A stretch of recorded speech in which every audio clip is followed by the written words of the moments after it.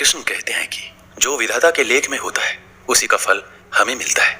विधि के विधान को स्वयं ईश्वर भी नहीं टाल सकते। जिस व्यक्ति के पास आपके लिए मान, सम्मान और कदर ना हो, उनके साथ रहना व्यर्थ है। वो सदैव आपके लिए शत्रुता का भाव रखते हैं। ऐसे व्यक्तियों के साथ रहने से उत्तम है आप अकेले रहिए। इस जीवन में अधिक सीधा होना, सरल होना भी अनुचित है।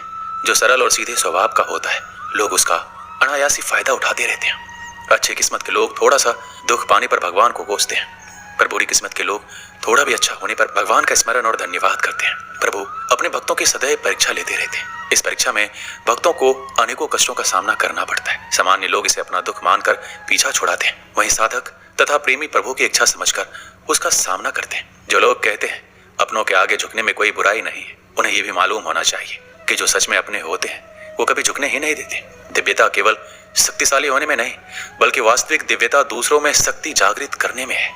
जब लोग आपकी बुराई करें तो परेशान ना हो, क्योंकि वो लोग आपको महत्व देने का कोई और तरीका नहीं जानते। सबसे ऐसा व्यवहार करें कि कोई आपके बारे में बुरा भी कहे तो कोई उस पर विश्वास ना करे। हम ना बोले फिर भी वो सुन लेता है, इसलिए उसका नाम परमात्मा है। वह ना बोले फिर भी हमें सुनाई दे दे, उसी का नाम श्रद्धा है। अगर व्यक्ति शिक्षा से पहले संस्कार, व्यवहार से पहले व्यवहार और भगवान से पहले माता पिता को पहचान ले तो जिंदगी में कोई भी कठिनाई नहीं आएगी। स्वार्थ संसार का एक ऐसा कुआं है जिसमें गिरकर निकल पाना बड़ा कठिन होता है। जिसको भगवान की कृपा पर भरोसा है और उनके न्याय पर विश्वास है, उसे संसार की कोई भी स्थिति विचलित नहीं कर सकती। जिंदगी में सब कुछ खत्म होने जैसा कुछ भी नहीं होता। हमेशा एक नई शुरुआत हमारा इंतजार कर रही होती है। आप कभी भी कामयाब नहीं बन सकते यदि आप अपने अतीत को याद करके परेशान रहते हैं। प्रेम कोई दो पल का पकवान नहीं जो चखा और रहने दिया। प्रेम को निभाने के लिए पूरा जीवन समर्पित करना पड़ता है। तुम उसके लिए शोक करते हो जो शोक करने के योग्य नहीं है और फिर भी ज्ञान की बातें करते हो। बुद्धिमान व्यक्ति न जीवित और न ही मृत व्यक्ति के लिए शोक करता है। जीवन की दो बातें अपने अंदर पैदा कर लो, हमेशा फायदे में रहोगे। चुप रहना इससे बड़ा कोई जवाब नहीं और माफ करना इससे बड़ा कोई बदला नहीं। किसी को अपनी पसंद बनाना कोई बड़ी बात नहीं, पर किसी की पसंद बन जाना बहुत बड़ी बात है। यदि हमारी नीयत अच्छी और मकसद सही है तो किसी न किसी रूप में ऊपर वाला भी हमारी मदद करता है। जीवन में चाहे आप जितना भी अच्छी किताब पढ़ लें, चाहे आप कितने भी अच्छे शब्द क्यों ना सुन लें, परंतु जब तक आप उनको अपने जीवन में नहीं अपनाते तब तक उसका कोई फायदा नहीं है। तो चमकने लगती है और सीप पर गिरे तो खुद मोती बन जाती है। पानी का बूंद तो वही है, बस फर्क है सिर्फ संगति का। सारी दुनिया कहती है हार मान लो, लेकिन दिल धीरे से कहता है एक बार और कोशिश कर, तू जरूर कर सकता है। जाने वाले तो चले ही जाते हैं, बस यादें छोड़ जाते हैं। फिर चाहे जितना पुकार लो वो लौट कर नहीं आते। खुले आसमान में वह चमकता हुआ चांद और दिल में चमकता हुआ प्यार कभी कम तो कभी ज्यादा होता रहता है। खटखटा रही है रिश्तों के दरवाजे, मुलाकातें ना सही आहटे तो जिंदा करेगी। कर्म वो फसल है जिसे इंसान को हर हाल में काटना ही पड़ता है, इसलिए हमेशा अच्छा बीज बोएं ताकि फसल अच्छी हो। किसी को धोखा देना एक कर्ज है जो आपको एक दिन किसी दूसरे के हाथों से खाकर चुकाना पड़ेगा। ना खाई ठोकरें सफर में तो मंजिल की अहमियत कैसे जानोगे? अगर नहीं टकराए गलत से तो सही को कैसे पहचानोगे? हम भी कमाल करते हैं ना, उम्मीद इंसान से लगाकर सिकवे भगवान से करते हैं। हर जलते दिए तले अंधेरा होता है, हर रात के पीछे एक सवेरा होता है। लोग डर जाते हैं मुश्किलों को देखकर, पर हर मुश्किल के पीछे सफलता का सवेरा होता है। लोग हमेशा उस समय यकीन तोड़ते हैं जब हम उनकी वफादारी की मिसाल दे रहे होते हैं। जब होगी तेरी जरूरत तुझे पहचान लेंगे लोग। ये शहर है, यहाँ ऐसे ही जान पहचान नहीं होती।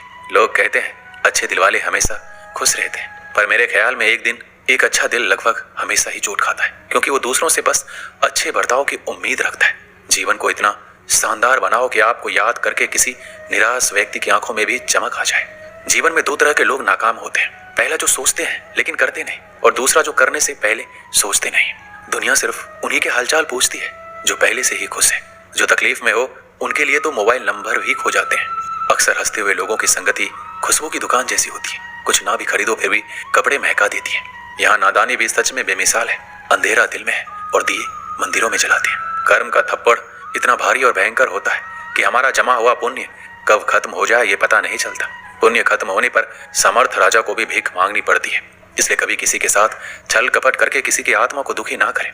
वक्त, दोस्त और रिश्ते ये वो चीजें हैं जो हमें मुफ्त मिलती है, मगर इनके बेशकीमती होने का एहसास तब होता है जब ये कहीं खो जाती है। किसी भी रिश्ते को तोड़ने से पहले एक बार अपने आप से जरूर पूछ लीजिएगा कि आज तक उस रिश्ते को क्यों निभा रहे थे। रिश्ता अगर मजबूर हो तो रिश्ता ज्यादा दिन तक नहीं टिकता, इसलिए रिश्ते को मजबूर नहीं मजबूत बनाइए। जो रिश्ता हमको रुला दे उससे गहरा रिश्ता कोई नहीं, जो रिश्ता हमें रोता हुआ छोड़ दे उससे कमजोर कोई रिश्ता नहीं। दुनिया में हजारों रिश्ते बनाओ, लेकिन एक रिश्ता ऐसा बनाओ कि जब वो हजारों तुम्हारे खिलाफ हो और वो एक तुम्हारे साथ। दो लोगों के बीच का रिश्ता हमेशा किसी तीसरे की वजह से खराब होता है। फासले का गम नहीं यदि दूरियां दिल में ना हो, नजदीकियां फिजूल है अगर जगह दिल में ना हो। हमारी गलतियों से टूट ना जाना, हमारी शरारत से कभी रूठ ना जाना। सभी शब्दों का अर्थ मिल सकता है, परंतु जीवन का अर्थ जीवन जीकर और संबंध का अर्थ संबंध निभाकर ही मिल सकता है। बहुत समय पहले की बात है, एक छोटे से खेत में एक जवान लड़का और उसका दादा मिट्टी खोद रहे थे। वो मिट्टी को पलट रहे थे, उसकी गांठों को तोड़ रहे थे ताकि मिट्टी बुनाई के लिए अच्छे से तैयार हो सके। उस काम में काफी कड़ी मेहनत थी, लेकिन उनके सभी प्रयास एक अच्छी फसल प्राप्त करने के लिए आवश्यक थी। बूढ़ा आदमी अपने 70 की उम्र में भी अच्छी तरह से कड़ी मेहनत कर रहा था। थकान से वो काफी हद तक हाँफ रहा था। हर प्रकार के जोर से उसके माथे से पसीना टपकता था, लेकिन फिर भी वह शिकायत नहीं कर रहा था। उसका पोता जो महज 17 साल का था, तंदुरुस्त और ताकतवर, वह मिट्टी को पलटने और गांठों को तोड़ने में लगी मेहनत और ताकत के लिए कोसता। फिर वहां खड़े होकर वह हाँफता और थोड़ी देर के लिए रुक जाता। थोड़ा आराम करने के बाद एक बार फिर से काम शुरू करने से पहले शिकायत करता। थोड़ी देर बाद युवा पोता देखता है उसके दादाजी ने जितना काम कर जमीन को तैयार किया, वो खुद से तैयार की जमीन से बहुत ज्यादा है। पोता अपने दादा से पूछता है, दादाजी आप इतने बूढ़े हो फिर भी मुझसे इतना अधिक काम कैसे किया?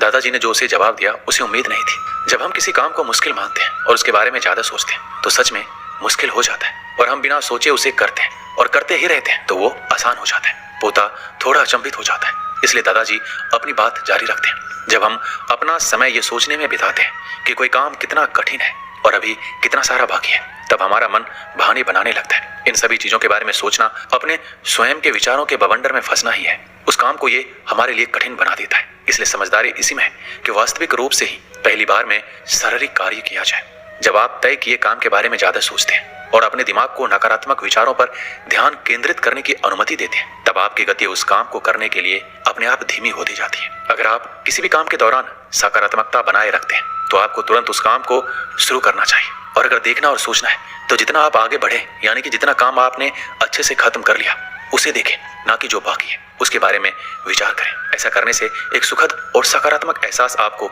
उस काम को लगातार करते रहने की ऊर्जा